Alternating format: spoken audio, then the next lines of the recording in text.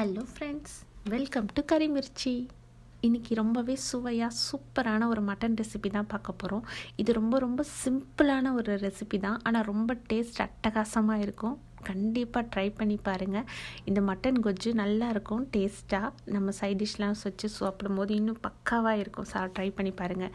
இதுக்காக நான் ஒரு 1/2 கிலோ மட்டன் மஞ்சத்தூள் போட்டு நல்லா வாஷ் பண்ணி எடுத்திருக்கேன். இது குக்கரில் மாற்றிக்கிட்டு இதை வேக வைக்கிறதுக்காக நான் 1 டீஸ்பூன் இஞ்சி பூண்டு விழுது போட்டிருக்கேன். இது இஞ்சி பூண்டு அரைக்கும் போது நான் ஒரு பச்சை மிளகாய் சேர்த்து அரைச்சி போடுவேன் எப்போவுமே. அது ஒரு டேஸ்ட் நல்லா இருக்கும். ஒரு மிளகாய்த்தூள் 1 ஸ்பூன் மிளகாய்த்தூள் powder, red chilli powder 1/2 spoon மஞ்சள் தூள்,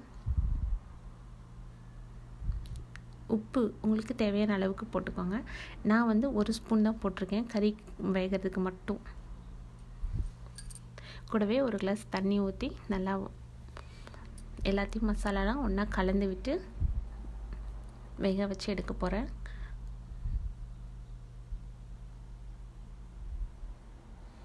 நான் ஒரு 7 விசில் வச்சேனாவே இந்த கறி எனக்கு ரொம்ப இளம் ஆட்டுக்கறின்றதால எனக்கு ஒரு 7 விசில் போதுமானதாக இருந்தது.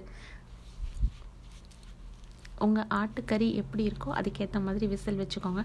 நமக்கு 100% பாயில் ஆகணும்னு அவசியம் இல்லை. ஒரு 90% மட்டன் வெந்திருந்தால் போதும். மீதி நம்ம திருப்பி தாளித்து இது பண்ணும்போது நமக்கு கரெக்டாக இருக்கும். என்னோடய மட்டன் வெந்தாச்சு. நான் இப்போ தாளிப்பு ரெடி பண்ண போகிறேன். நான் இதுக்கு தாளிக்கிறதுக்காக ஒரு கடாயில் ஒரு 3 ஸ்பூன் எண்ணெய் விட்டுருக்கேன். இதுக்கு சின்ன அளவில் தான் பட்டை, கிராம்பு, ஏலக்காய் போட்டிருக்கேன். கொஞ்சம் கருவேப்பிலை, சோம்பு,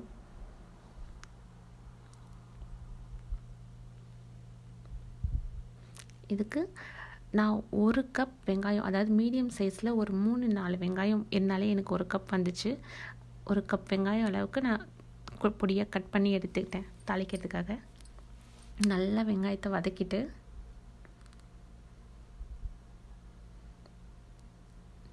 நல்லா பொன்னிறமாக வெங்காயத்தை வதக்கிடணும். இப்போது நான் வேக வச்சு எடுத்திருக்கேன் மட்டனை. ஒன்லி அந்த கறி மட்டும் சேர்த்துக்கு வதக்கணும். அந்த தண்ணியை நான் இன்னும் சேர்க்கலை, அதை அப்படியே வச்சுருக்கேன். இந்த கறியெலாம் நல்லா வெங்காயத்தில் நல்லா இது பண்ணி வரணும். இது கூட மட்டன் சுக்கா மசாலா சேர்த்தாலும் ஓகே, இல்லை கரம் மசாலா 1 ஸ்பூன் சேர்த்தாலும் ஓகே. அது உங்கள் சௌரியம், எது வீட்டில் இருந்தாலும் இது பண்ணுங்கள். ரெண்டுமே நல்லாயிருக்கு டேஸ்ட்டு.